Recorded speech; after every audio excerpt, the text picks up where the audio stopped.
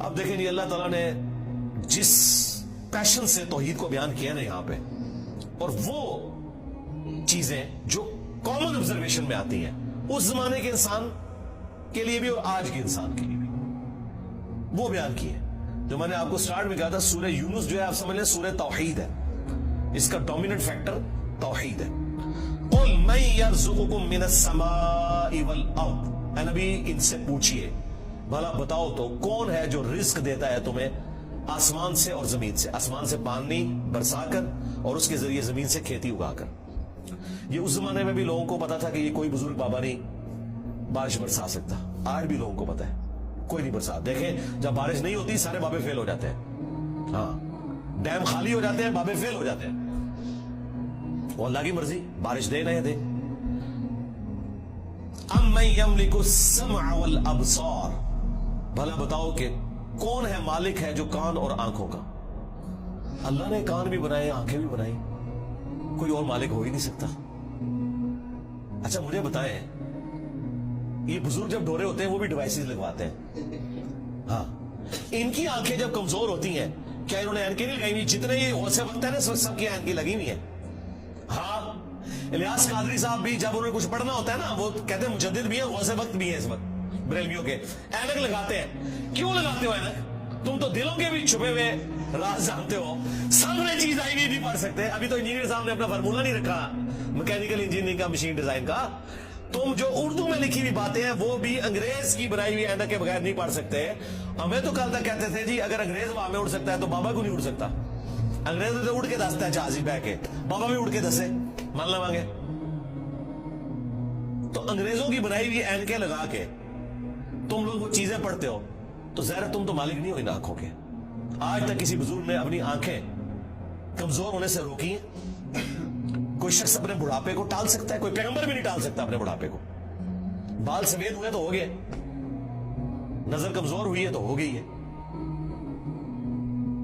तो ये चीज है। अल्लाह ताला माता है कि पूछ इनसे ए नबी सल्लल्लाहु अलैहि वसल्लम, कौन मालिक है कान का और आंखों का?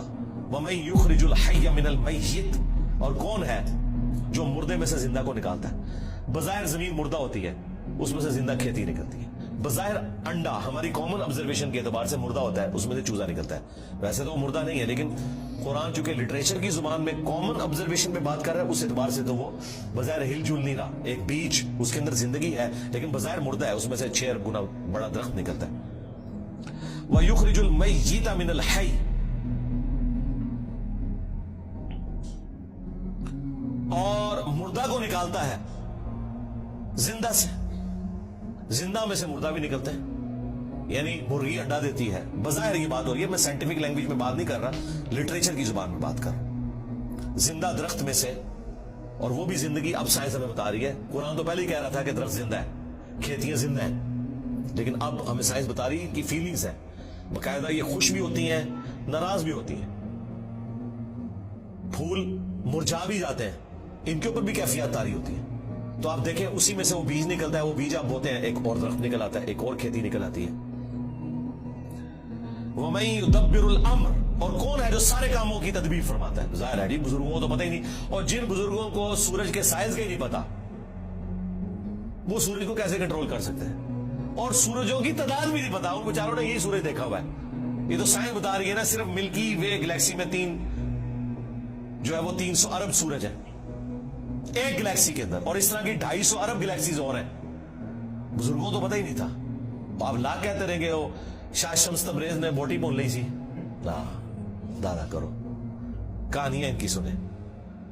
फसयक़ूलून अल्लाह, तो ये अनकरीब कहेंगे अल्लाह ही करता है। ये देखो मुशरिकीन अरब भी बुतों को साथ शरीक ठहराते हुए भी कहते थे नहीं ऐ काम नहीं बुत कर सकते, ये वड्डा ही अल्लाह करता है। और यहां कह रहे बुजुर्गों की ड्यूटियां लगी हुई हैं, अंदाजा करें। फकुल अफला तत्तकून, तो नबी से फरमाओ कि क्या तुम डरते नहीं हो शिर्क के काम से? अंदाजा करें मुशरिकीन अरब अल्लाह को मानते थे लेकिन उसके साथ शरीक ठहराते थे। हमें बताया गया कि जी ये कुरान काफिरों के बारे में नाजिल हुआ जो अल्लाह को नहीं मानते थे, ताकि आपका ख्याल ही इस तरफ ना जाए कि आपके बाबों के बारे में भी उनके मानने वालों ने वो कीदे रखे हुए हैं जो मुशरिकीन अरब ने अपने उन बुतों के साथ रखे थे। सवाए एक फर्क है कि वो उन्हें छोटा आलिहा कहते थे, یہ آلیہ نہیں کہتے، اللہ کے بندے کہتے ہیں، ادروائز باقی ساری چیزیں وہی ہیں۔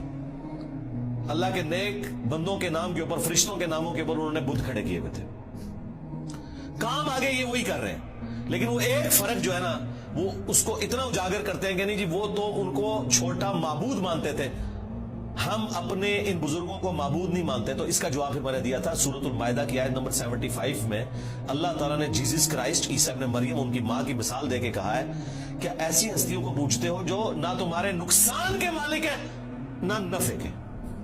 اگر عیسیٰ اور ان کی ماں کسی کے نفع نقصان کے مالک نہیں ہیں، اب تو بات پیچھے رہ گئی کہ کرسچن جو ہے وہ معبود سمجھ کے کرتے ہیں اور ہم بزرگوں کو معبود نہیں مانتے، یہ تو بات پیچھے رہ گئی۔ اللہ نے کہا عیسیٰ ان کی ماں تمہارے نفع نقصان کے مالک ہی نہیں ہے، اگلی گل مک گئی، وہ تو پیچھے رہ گئی، وہ پرانی گلاں ہو گیا، پرانے بابے پرانے بہانے تھوڑے نسڑے دے۔ اگلی گل پڑھو، عیسیٰ اور ان کی ماں تمہارے نفع نقصان کے مالک نہیں ہے۔ اس پہ میں نے کہا تھا کہ اگر عیسیٰ ابن مریم تمہارے نفع نقصان کے مالک نہیں تو تھوڑے بابے تو شاہی کوئی نہیں، عیسیٰ کے جیسا ہے ہی کوئی نہیں، عبد القادر جیلانی تو شاہی کوئی نہیں، ہاں مریم کے جیسا ہے ہی کوئی نہیں، رابعہ بصریہ تھے شاہی کوئی نہیں۔ تو وہ آگے نہیں پڑھتے، کہتے پیچھے پڑھو وہ عبادت کرتے تھے، سرکار مان لیا، آگے پڑھو کہ عبادت کرتے تھے یا نہیں کرتے تھے۔ اللہ نے کہا نفع نقصان کے مالک نہیں ہے، وہ اللہ ہی ہے۔ اس کا مطلب یہ ہے کہ جس کو تم نفع نقصان کا مالک سمجھتے ہو گویا تم اسے خدا مانے ہوئے ہو، بھلے تم کہتے رہو کہ ہم اللہ کا بندہ مان رہے ہیں، اللہ نہیں مانتا اس بات کو۔ اس کے ثبوت میں سورۃ النمل کی آیت نمبر 62 ہے، اَمَّن يُجِيبُ الْمُضْطَرَّ إِذَا دَعَاهُ وَيَكْشِفُ السُّوءَ وَيَجْعَلُكُمْ خُلَفَاءَ الْأَرْضِ أَإِلَٰهٌ مَّعَ اللَّهِ، بھلا بتاؤ تو کون ہے جو مصیبت اور پریشانی میں گھرے ہوئے شخص کی فریاد کو سنتا ہے اور اس سے اس کی تکلیف کو دور کر دیتا ہے اور تمہیں زمین پر اگلوں کا خلیفہ کرتا ہے۔ أَإِلَٰهٌ مَّعَ اللَّهِ، کیا اللہ کے ساتھ کوئی اور معبود بھی ہے جس کی یہ کوالٹی ہو؟ قَلِيلًا مَّا تَذَكَّرُونَ، بہت ہی کم نصیحت حاصل کرتے ہیں۔ اس آیت میں سورۃ النمل کی آیت نمبر 62 پارہ نمبر 20 کی پہلے صفحے پہ اللہ تعالیٰ نے واضح کہہ دیا کہ جس کے بارے میں تمہارا یہ عقیدہ نا کہ تمہیں مصیبت اور پریشانی میں تمہاری تکلیف دور کر سکتا ہے، دعا میں تم اسے پکارو گویا تم نے اسے خدا مان لیا۔